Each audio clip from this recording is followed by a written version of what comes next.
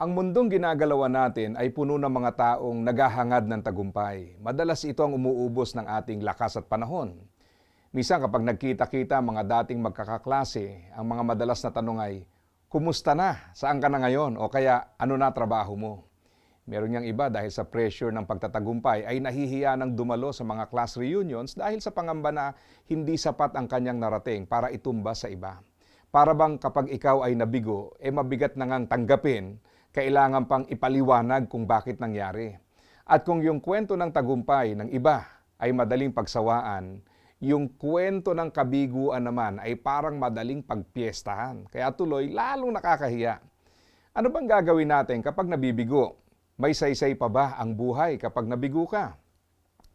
Magandang tandaan na madami sa mga bagay na nakapagpapalalim at nakapagpapalago sa tao ay resulta ng kabiguan. Merong natututong magmahal ng tunay dahil alam ang sakit ng kabiguan. Merong naging mas mapangalaga sa kalusugan dahil sa minsanang pagkaranas ng karamdaman. Merong naging mas maunawain sa kapwa dahil sa karanasan ng pagkabigo. Sa negosyo ay totoo din daw ito. Sabi ng isang article na nabasa ko tungkol sa business, ang isang average na negosyante daw ay mabibigo ng mga 4 na beses bago matutunan ang mga prinsipyo na magdadala sa tagumpay.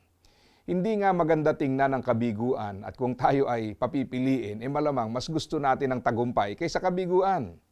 Pero alalahanin natin na may mga pagkakataon na ang breakthrough natin ay nangyayari pagkatapos ng brokenness natin.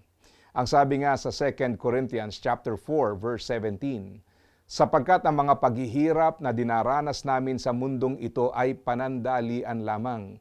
Ngunit nagdudulot ito ng kaluwalhatiang mananatili magpakailanman at hindi mapapantayan ng anuman.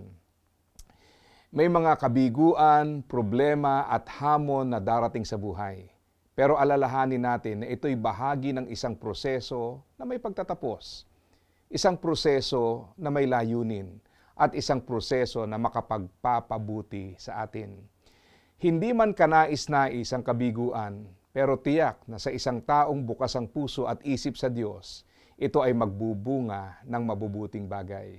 Kaya tagumpay man o kabiguan ang maranasan mo, manatili kang masunurin kay Lord at asa ka pa.